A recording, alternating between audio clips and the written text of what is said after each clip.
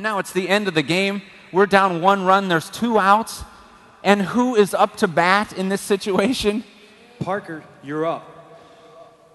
But Coach, I don't know much about baseball, but I'm pretty sure you don't want me up there right now. And you've told us that we should always do what's best for the team, so I think I should just take a seat. I looked at my teammates for confirmation on this, and they were all in agreement with me. But he said, "Have you had a hit yet this game?" "No, Coach, not even a foul tip." "Well, then you're due for a hit, Parker." I grabbed my bat, and I started walking out of the dugout, and I remember hearing a reaction from the parents and fans that were there to watch the game when they saw who was up to bat in this critical situation. Isn't that the kid who ran to third with his bat? Nice move, Coach. And I noticed that parents were starting to gather their stuff and pack up their minivans and station wagons and leave because they knew basically that the game was over.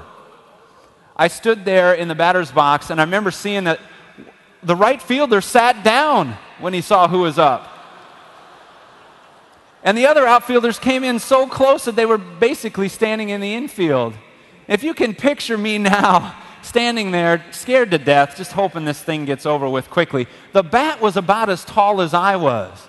And so I had to choke up so much on the bat when I would swing that sometimes the butt end of the bat would hit me in the stomach.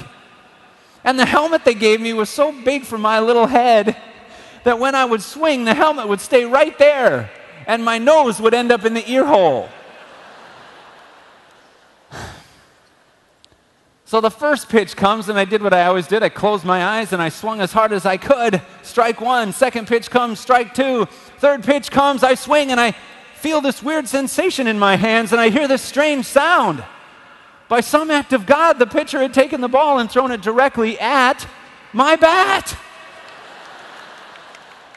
I opened my eyes to see that I had actually walloped the ball. I hit it really far. And so I started to run, this time without my bat, and I ran towards first base. And I remember how loud it was. Everybody was screaming with excitement and surprise and shock.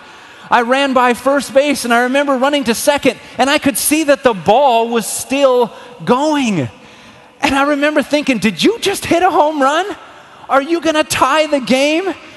And I felt exhausted. I'd never ran that far before. I look up ahead now, and I see my third base coach. He's this huge guy, and he's wearing these bikey coaching shorts that he should have been wearing about 70 pounds ago, and he's got them ranked up, and he's waving me home.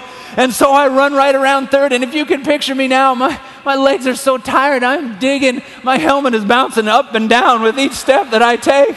And I see home plate, and it is so close, it's right there, and I want to get there so bad.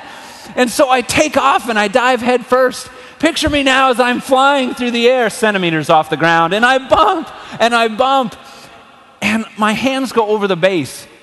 And I remember how awesome it felt. It was hot, and the base was hard, and there was dust flying all around, and I'm laying there on home plate. My chest is on home plate. Well, the catcher is standing over me, and the ball comes rolling in. He gets the ball, and he tags me on my back, and the umpire says, "You're out."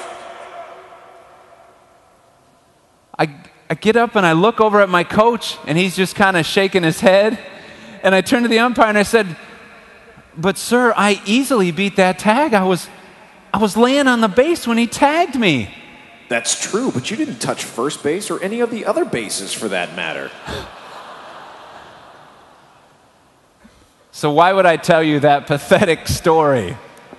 I told you that story because we're going to use the bases to help you remember what's so special about being chosen. Home plate stands for being chosen changes everything. When we acknowledge Christ in our life, it should change our outlook, our attitude, help us resist our enemy, and help us reflect a loving God towards others. It is so neat that we have so many people here at this youth gathering, but what's going to change about you when you go home? Is there going to be anything different about you?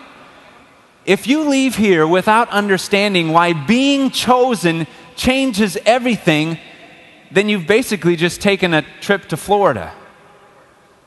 So how do we get to that understanding? how do we know what that means? Well, to get there, we need to touch some bases.